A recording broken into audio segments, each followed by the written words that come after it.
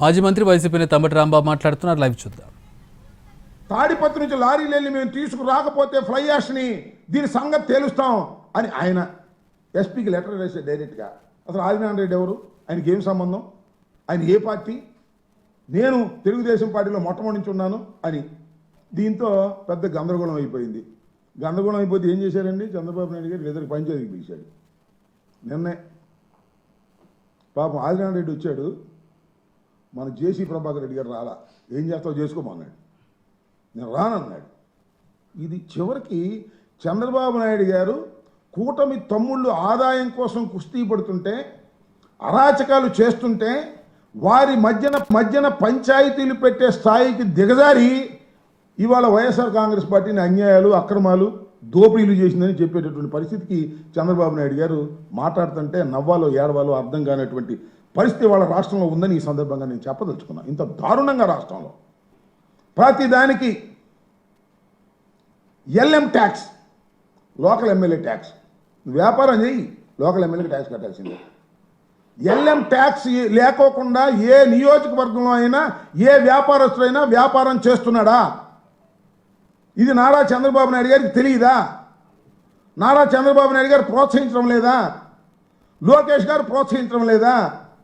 మొత్తం ప్రభుత్వ పరిపాలన అంతా గాలికి వదిలేశారు. వైఎస్ఆర్ కాంగ్రెస్ పార్టీ మీద పడ్డారు. YSR Congress party social media మీద పడ్డారు. అరెస్టులు చేస్తున్నారు.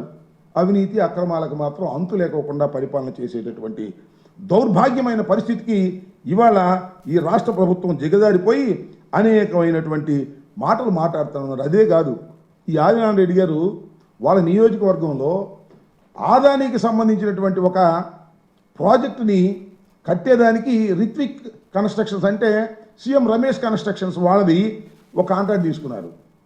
ఆయన దాన్ని సివిల్ వర్క్స్ ప్రారంభిస్తుంటే, డైరెక్ట్ సివిల్ వర్క్స్ ఎలా ప్రారంభిస్తావు, మా ఎమ్మెల్యే గారికి డబ్బులు కట్టాల్సిందే అని ఆదాని కంపెనీ అయినా సీఎం రమేష్ కంపెనీ అయినా సరే డబ్బులు కట్టండి మేము ఒప్పుకోము, కప్పం కట్టండి మేము ఒప్పుకోము అని చెప్పి దాని మీద దాడి చేసి అక్కడ దౌర్జన్యం చేసి ఆ సామాన్ అంతా పాల్గొట్టారు.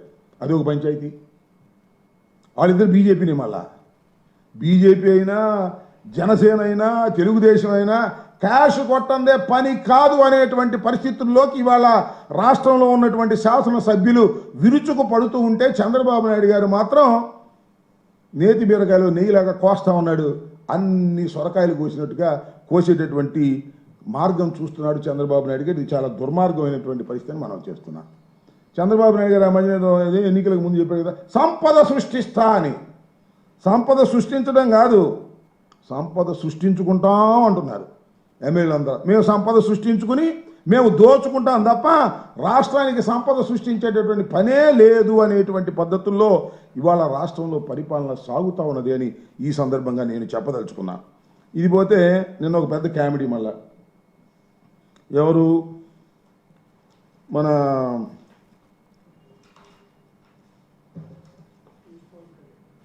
పవన్ కళ్యాణ్ గారు. ఎంత దుర్మార్గం అంటే, పవన్ కళ్యాణ్ గారు నిన్న కాకినాడ వెళ్ళాడు.